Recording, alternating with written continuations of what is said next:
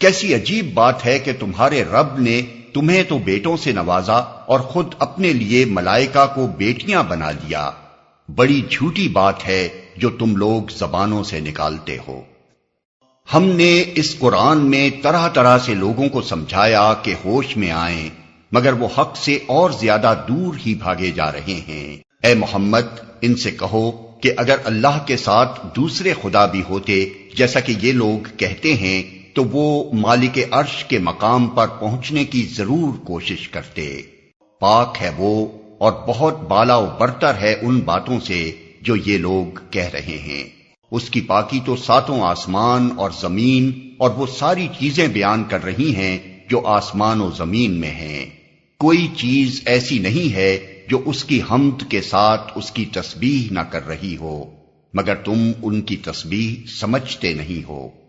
حقیقت یہ ہے کہ وہ بڑا ہی بردبار اور درگزر کرنے والا ہے۔